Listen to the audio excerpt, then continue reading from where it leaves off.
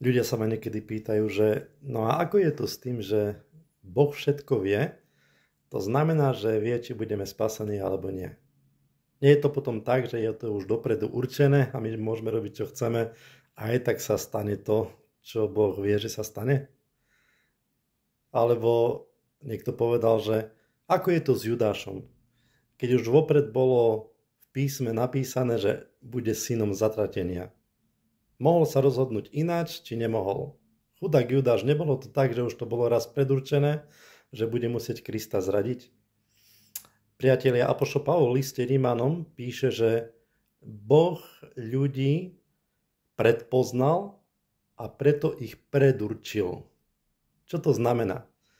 Boh niektorých ľudí naozaj predurčil na určité poslanie do jeho plánu spásy, pretože ich predpoznal.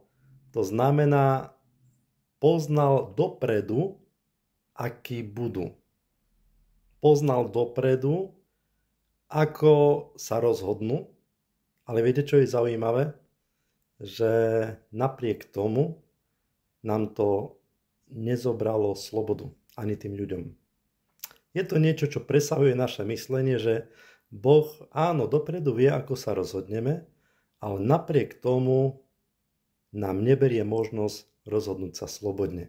Napriek tomu to neznamená, že sa musíme rozhodnúť tak, ako Boh vie, že sa rozhodneme. Je to také zvláštne, ale je to naozaj tak. Takže priatelia, Boh nám nikdy nevezme slobodu, stále máme možnosť slobodne sa rozhodnúť pre Neho, alebo aj proti Nemu a On to bude rešpektovať. Takže držte sa Boha a buďte šťastní a veselí.